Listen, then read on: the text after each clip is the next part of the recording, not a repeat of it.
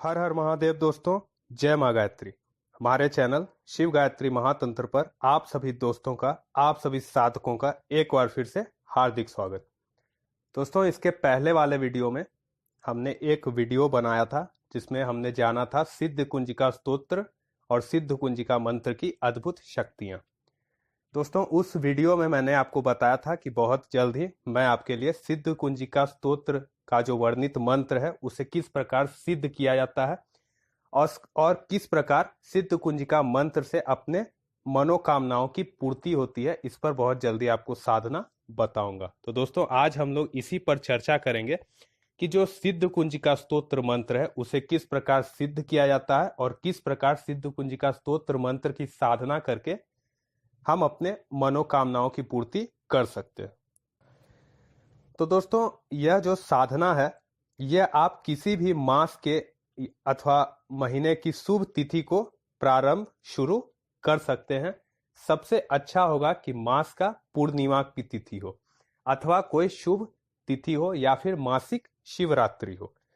तो दोस्तों, उस दिन आपको करना क्या होता है, यह साधना आप किसी भी पवित्र अपने कमरे में, किसी भी मंदिर में या अपने पूजन कक्ष में ही बैठकर कर सकते हैं। बहुत ही सात्विक एवं रासिक रूपी यह साधना है जिसका कोई भी बुरा प्रभाव नहीं पड़ता है। सबसे अच्छी बात है कि यह साधना 41 दिनों की होती है और 41 दिनों की यह साधना पूर्ण निष्ठा से करने पर माँ भगवती अति प्रसन्न होती हैं और साधक की हर मनोवांछाओं को पूर्ण करती हैं। तो दोस्तों, इसके लिए आपको करना क्या होता है कि उस कमरे में या फिर उस पूजन कक्ष में आपको पूर्व की दिशा की ओर एक बजोट रखना पड़ता है, टेबल, लकड़ी का टेबल। उसके ऊपर आपको लाल कपड़ा बिछा देना है। और हाँ दोस्तों, इस साधना को करने के दौरान आप कोई भी अपने उचित मनोनुकूल कपड़ा या वस्त्र धारण कर सकते हैं, केवल पवित्र होना चाहिए। पर विशेष तौर पर अगर आप सफेद वस्त्र या लाल वस्त्रों का प्रयोग करते हैं तो बहुत ही शुभ रहेगा।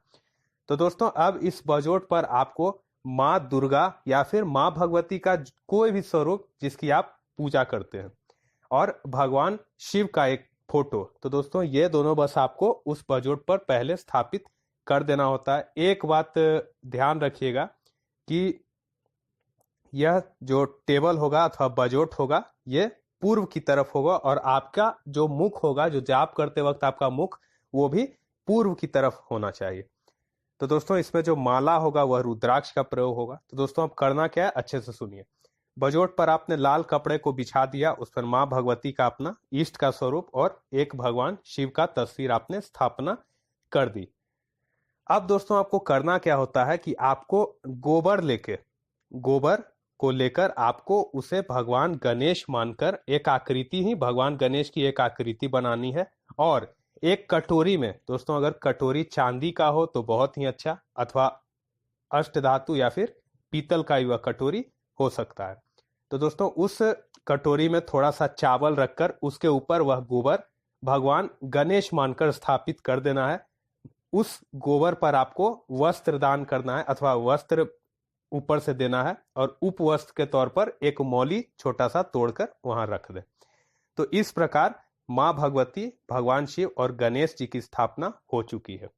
अब दोस्तों, जहां पर आपने भगवान गणेश का स्थापना किया था उसके बाएं तरफ आपको चावल से 9 छोटी छोटी ढेरियां बनाकर आपको नवग्रह मंडल बनाना है।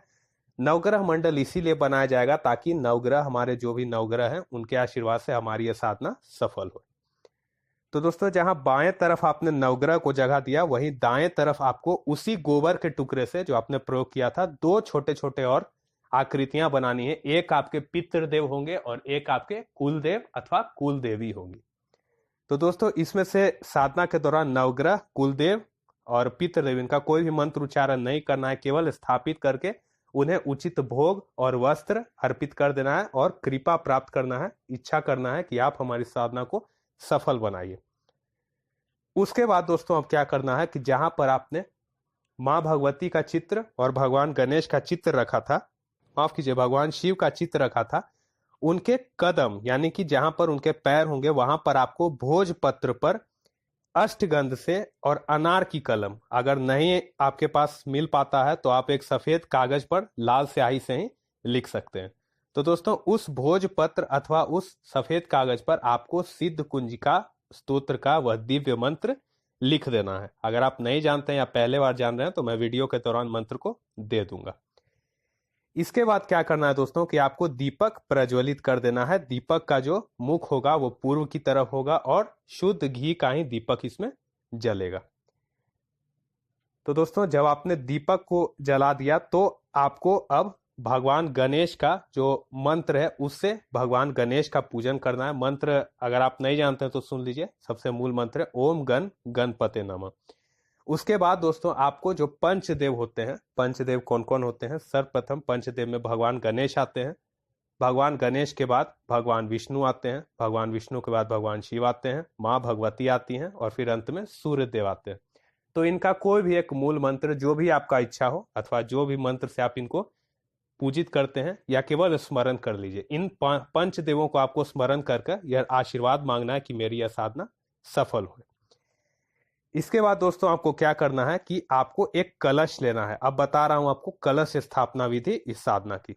सबसे पहले आपको एक मिट्टी का कलश ले लेना है। मिट्टी के कलश में जो आप जल भरिएगा वो सबसे उत्तम होगा अगर वह गंगा जल हो। अगर गंगा जल नहीं है तो कोई भी पवित्र जल उसमें भर दीजिए। अब आम के पत्तों को लीजिए और उस जल में डुबाकर अपने संपूर्ण कक्ष में छिट दीजिए।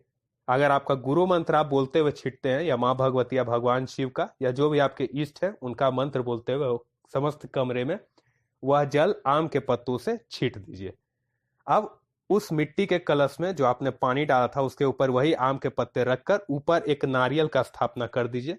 नारियल जो होगा यह पानी वाला नारियल होगा। इसके ऊपर लाल वस्त्र लपेट के और उसके ऊपर मौली अथवा लाल रंग का धागा आपको बांधकर स्थापित कर देना है। यह हो गया आपका कलश स्थापना। तो दोस्तों जानिए कलश स्थापना क्यों किया जाता है। कलश में जो आप पानी डालते हैं उसमें जितने भी देव होते हैं, जैसे वरुण देव, जैसे अग्नि देव, जैसे जितने भी और देव होते हैं, वायु देव, तो दोस्तों उनका स्थापना माना जाता है इन कलश में ताकि वे हमारे साधना को आकर सफल बनाए, अपना आशीर्वाद दें। अब दोस्तों आपने सब कुछ विधि कर दी, दीपक आपने प्रज्वलित कर दिया था। अब यथा योग्य सबको आप भोग अर्पित करें और उपवस्त्र अर्पित करें। दोस्तों अगर कुछ नहीं कर सकते तो कपड़े, शुद्ध कपड़ा का छोटा छोटा टुकड़ा करके जितने भी आपने स्थापना किए थे देवी देवताओं के, उन्हें एक एक कपड़े अर्पित कर दिए जिसमें नवग्रह भी होंगे, इष्ट देव भी होंगे और कुल देव भी होंगे और पितृदेव भी होंगे। तो दोस्तों अब बारी आती है संकल्प की। संकल्प में दोस्तों आपको यह बोलना है कि मैं यानी आपका नाम, आपके पिताजी का नाम और आपका गोत्र, यह साधना इस इच्छा से कर रहा हूं या फिर इस मंत्र की सिद्धि हेतु कर रहा हूं। अब दोस्तों गौर से सुनिएगा, जब भी आप इस मंत्र की सिद्धि के लिए साधना करेंगे तो साधना 41 डेज अथवा 41 दिनों की होगी और 41 दिनों में आपको 1.25 लाख मंत्रों का पुरस्चरण पूर्ण करना होता ही है। अगर आप सिद्धि के लिए नहीं कर रहे हैं, अगर आप किसी विशेष मनोकामना के लिए या मान सम्मान प्राप्ति के लिए या रोग निवारण के लिए या धन लाभ के लिए, कर्ज मुक्ति के लिए, ऐश्वर्य वृद्धि के लिए, शत्रु नाश के लिए, ग्रह बाधा दोष के लिए, तंत्र बाधा के नष्ट करने के लिए, दोस्तों ऐसा आपका अगर कोई भी कामना है, प्रेम विवाह के लिए या फिर प्रेम प्राप्त करने के लिए, तो दोस्तों वहां आपको उस संकल्प में बोल देना है। जब भी आप सिद्धि के लिए करते हैं तो आप 41 दिनों में 1.25 लाख मंत्रों को पूरा करने के लिए अब बंध चुके हैं, आपको पूरा करना ही होगा। लेकिन जब भी आप किसी इच्छा के लिए करते हैं तो वहां पर डिपेंड करता है कि आप कितने मंत्रों का जाप करते हैं, क्योंकि दोस्तों सिद्ध कुंजी का मंत्र बहुत बड़ा है और इसका पहले दिन आप जितना जाप करते हैं वो बहुत मस्ट होता है कि 41 दिनों तक आपको उतना ही जाप प्रतिदिन करना ही करना होता है। तो दोस्तों अब आपने संकल्प ले लिया है, अब आपको केवल भगवान शिव का मंत्र जो है ओम नमः शिवाय, इसकी 11 मालाएं करनी होती है और उसके बाद यह जो दिव्य कुंजिका मंत्र है इसका आपको जाप करना होता है। चूंकि आप में से हर व्यक्ति का अलग अलग अपना क्वांटिटी है जाप करने का, इसीलिए केवल मैं आपको बता देता हूं, आप अपने इच्छा से चुन लीजिएगा कि आपको प्रतिदिन कितना जाप करना है। 41 दिनों में 1.25 लाख का जाप आपको पूर्ण करना होता है सब, यानी 41 दिनों को मिलाकर आपका 1.25 लाख जाप पूर्ण हो जाना चाहिए, तब जाके आपका मनोरथ भी पूर्ण हो जाता है और आपको इस मंत्र में सिद्धि भी प्राप्ति हो जाती है। अगर आप भगवान शिव का मंत्र नहीं जपना चाहते, अपने इष्ट का ही मंत्र जपना चाहते हैं, तो केवल कुछ मालाएं कीजिएगा, पर भगवान शिव का मंत्रों का जाप बहुत ही अनिवार्य है। अगर आप गुरु दीक्षित हैं तो अपना गुरु मंत्र कीजिए, फिर भगवान शिव का माला कीजिए और फिर इस दिव्य कुंजिका मंत्र को आप पाठ करना, जाप करना प्रारंभ कर दीजिए। साधना का समय क्या होगा? साधना का समय सुबह भी हो सकता है सूर्योदय के बाद, और साधना का समय शाम को भी हो सकता है सूर्यास्त के बाद। बहुत ही दोस्तों अच्छी साधना है, मैंने खुद किया है, इसीलिए आपके लिए यह साधना ला रहा हूं। अगर आप इस साधना को नहीं भी कर पाते हैं, कोई बात नहीं, भक्ति रूपी ही साधना कीजिए। जितना आपसे हो पड़े, जितना बन पड़े, उतना ही साधना कीजिए। अगर आप डरते हैं या आप में भय है तो कोई बात नहीं दोस्तों, संकल्प मत लीजिए, लेकिन इस साधना को कीजिए।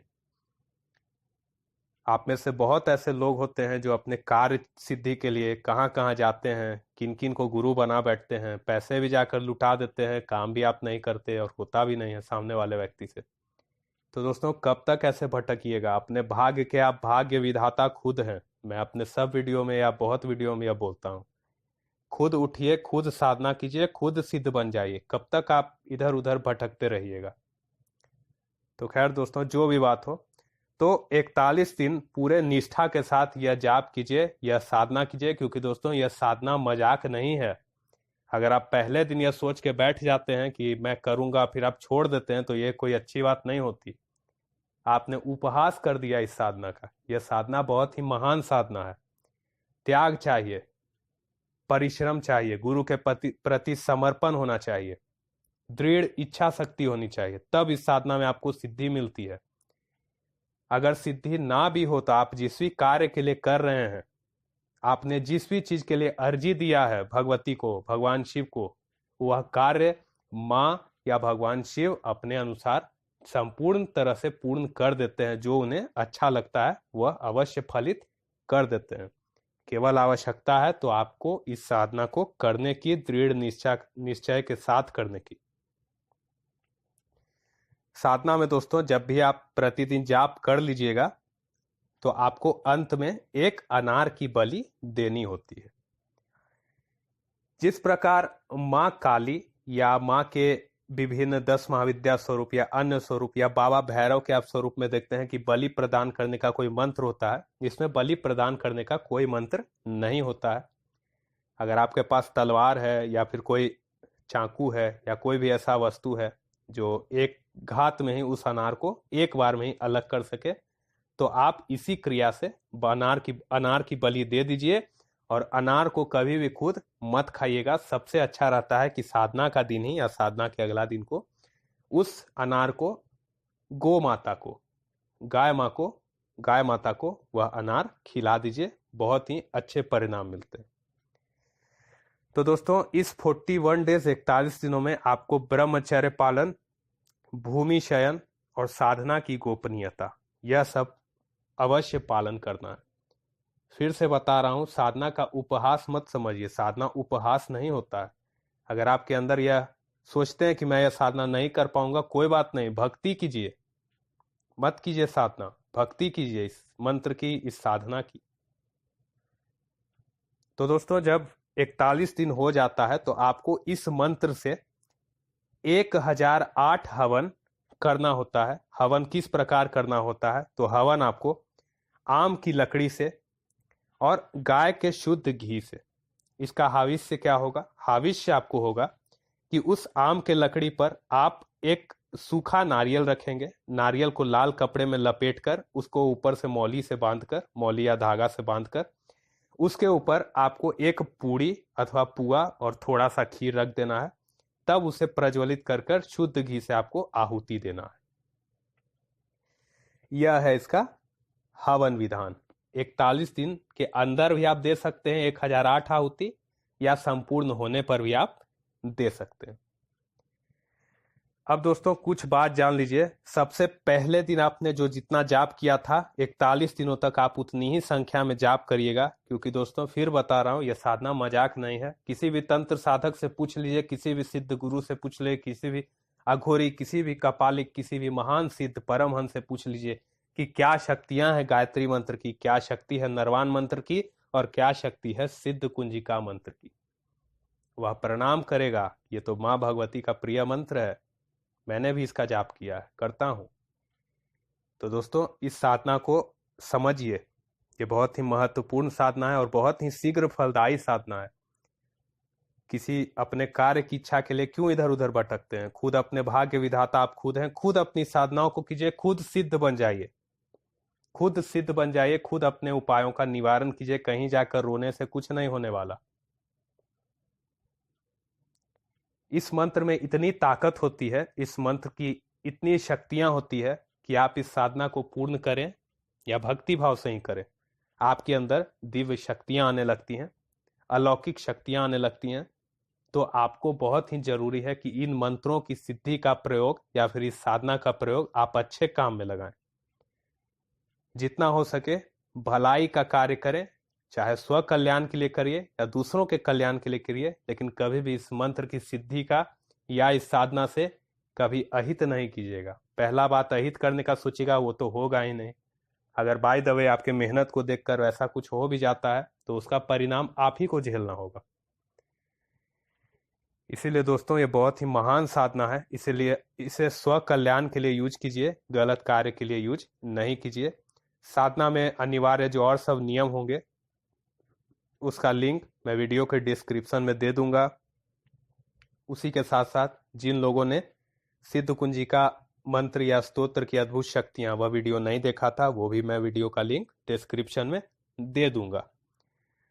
तो दोस्तों अंत में बस इतना ही कहना चाहता हूं कि यह साधना को कीजिए, बिल्कुल निर्भीक होकर कीजिए। मैंने खुद किया है और बहुत आप में से ही बहुत ऐसे लोग आते हैं, जुड़ते हैं, उन्हें करवाता भी हूं, या फिर कोई नहीं करते तो उनके लिए कर भी देता हूं, लेकिन हर व्यक्ति के लिए नहीं। तो इसका कहने का ये मतलब नहीं कि आप अपने काम के लिए मेरे से जुड़ जाए, नहीं, इस साधना को खुद कीजिए, क्योंकि मैंने खुद करके देखा है और आपको भी यह बोल रहा हूं कि आप भी खुद कीजिए इस साधना को, खुद अपना कल्याण कीजिए। तो दोस्तों अगर बताने में कोई भूल चूक हो गई हो तो उसके लिए क्षमा। तब तक के लिए दोस्तों हर हर महादेव, जय मां गायत्री, जय जय गुरुदेव। हर हर महादेव दोस्तों।